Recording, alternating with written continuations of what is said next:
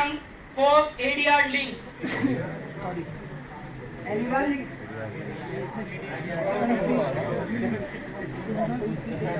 Options एक बार सुन लो. First one VG base. VG base, बहुत बढ़िया.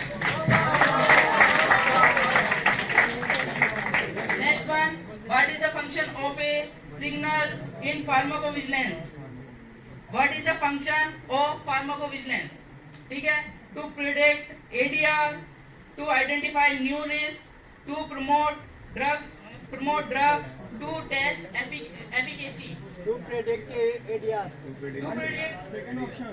ADR. Options: to predict ADR. Second one, to identify new risk.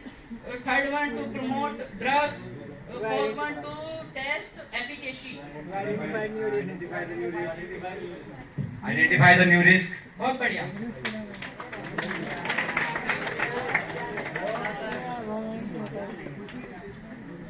Next question, which reporting method is commonly used in pharmacovigilance? Which reporting method is commonly used in pharmacovigilance? First, case report. Second, randomized trials. Third, meta-analysis.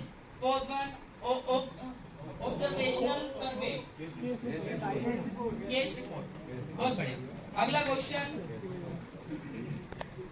what does ICSR stand for in members and budding pharmacists? ये जो pharmacovigilance चल रहा है programme, ये week का है, पूरे week का, और पूरे इंडिया में मनाया जाता है. ये हम लोग का फार्माकोपिया जो आप पढ़ते हैं ना, उसमें अगर पूरा डाटा दे रहा है ड्रग का, तो उसमें साइड इफेक्ट आता है. अब हम लोग पढ़ाई करते हैं डिप्लोमा सेकेंड ईयर या bachelor second year, third year, fourth year, तो उसमें छोटा सा कॉलम लिखा होता है कि what are the side effect. तो जब हम लोग पढ़ते थे तो उस समय याद कर लेते थे 4 साइड इफेक्ट. कौन कौन सा? हाँ देखिए बता रहे हैं सर. हाँ, डिजीनेस, चक्कर आना, हेडेक, ईचिंग, वोमिटिंग, डायरिया, ऐसे ना छोटे छोटे सब. वो फिक्स रहता था एग्जाम में लिखना. वो कब की बात है? बहुत पहले 2002 2003. और ये बढ़ते बढ़ते आज क्या है 2025. इस समय VG बेस बन गया कि एक्चुअल साइड इफेक्ट क्या है. समझ रहे? अगर आप बात करें साइड इफेक्ट, एडवर्स इफेक्ट की, तो एडवर्स इफेक्ट क्या है? लॉन्ग टर्म, दूसरे जन्म में क्या होगा. फादर ने दवा खाई, बच्चे को क्या होगा. मदर ने दवा खाई, तो उसके बच्चे को क्या होगा. ये साइड इफेक्ट, इतना बड़ा साइड इफेक्ट कितने दिन बाद पता चलता है? वो 60 साल बाद दूसरे बच्चे, मतलब बच्चे को. समझ रहे? तो उसमें साइड ये है क्या है? ये है विजिलेंस, जांच करना.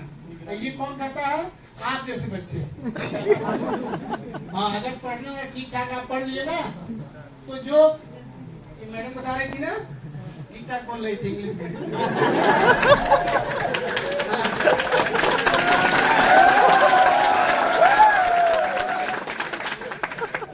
ये मैडम ने बताया था ना कि कुछ कंपनियां हैं, बड़ी कंपनियां, जो विजिलेंस का एक डाटा मेंटेन करती है. ढेर सारे हॉस्पिटल्स हैं, जैसे एम्स है, समझ रहे? बड़े hospitals, Apollo hospital, Fortis hospital, उन लोगों ने विजिलेंस, फार्माकोविजिलेंस का अलग क्या खोल रखा है, डिपार्टमेंट है उनका. उसमें बी फार्म और एम फार्म फार्माकोलॉजी, ये फार्मेसी प्रैक्टिस और भी ढेर सारे डिपार्टमेंट है, या PB डिप्लोमा कर ली. वो बच्चे वहाँ पे क्या करते हैं, उनका कुछ काम नहीं है, सिर्फ जाके पेशेंट काउंसलिंग करना. कि ये पता चला 10 साल से दवा चल रही पेशेंट की, 20 साल से दवा खा रहा है. पहले 1 टैबलेट खाता था, फिर 2 खाने लगा, 10 साल बाद 15-16 टैबलेट का पूरा गुच्छा खा रहा है. तो उसका साइड इफेक्ट क्या है? समझ? आप समझिए, बड़ा कठिन बात है. पहले जो कहते बुजुर्ग दादाजी लोग, वो कोई टैबलेट नहीं खाते थे. अब जैसे हम लोग जैसे इंसान 1-2 टैबलेट पे आ गए, 60 साल में कितना हो जाएगा? 5-6-7 टैबलेट का गुच्छा. शहरों में ना देखिए, जो बुजुर्ग लोग हैं, उनके पास 8-10 टैबलेट सुबह, दोपहर, शाम का गुच्छा चला जाता है. तो उसका साइड इफेक्ट क्या है? ये हम लोग किसमें पढ़ते हैं? ये समझिए। और जो साइड इफेक्ट कहते हैं उसको कहाँ लिखते हैं? वो जो बता रहे थे, हाँ, वो ढेर सारे बुक है वो ऑनलाइन, उसमें लिखते हैं। अब अगर आपको इस फार्मेको विजिलेंस में जाना है, आप समझिए, अपोलो हॉस्पिटल जाइए ना, पहले तो हर आदमी का हिम्मत नहीं होगी चले जाएं, दमदार होना चाहिए, समझ रहे? वहां पे प्लेसमेंट होगा अगर आप ठीक ठाक पढ़ लिए तो। हाँ, विजिलेंस में क्या करना है? सिर्फ दवा देखनी है कि उस पेशेंट काउंसलिंग करनी है, साइड इफेक्ट क्या आ रहे हैं इसके।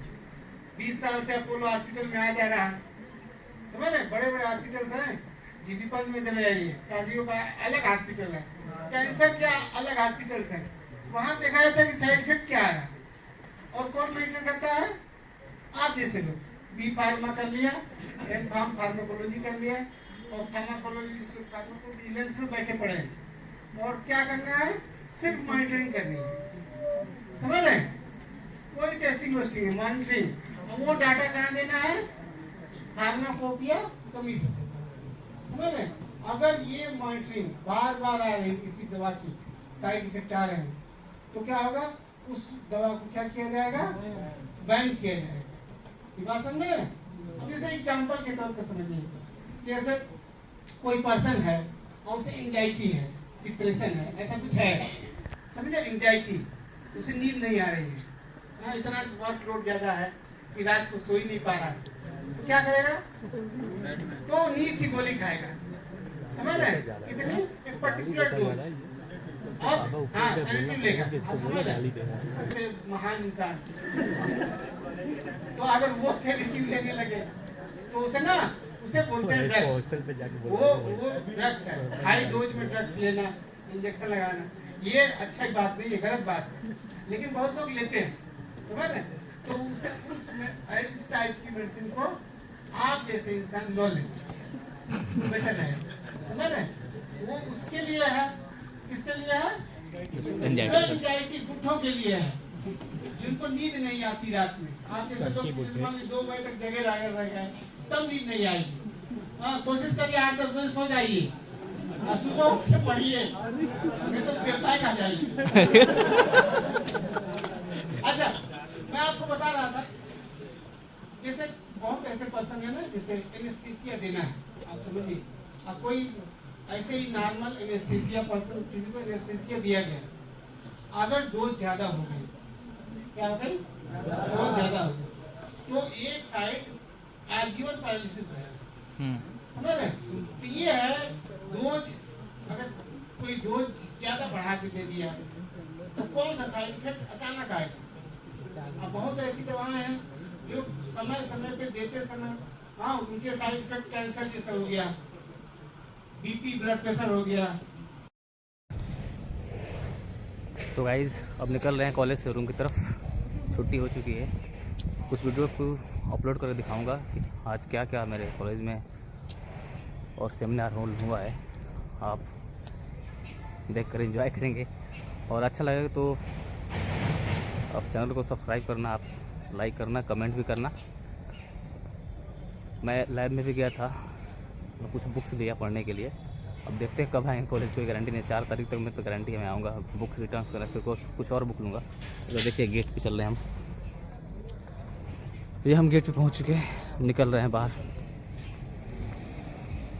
तो गाइस हम निकल चुके हैं रूम की तरफ, और रिक्शा में बैठे हुए हैं। और ये है एक नदी, जिसमें बारिश आई थी तगड़ी, इसमें पानी चल रही थी। और क्या खतरनाक वाला इसका रूप था, देखने में मज़ा आ गया, लेकिन खाया नहीं मैंने, डाला नहीं।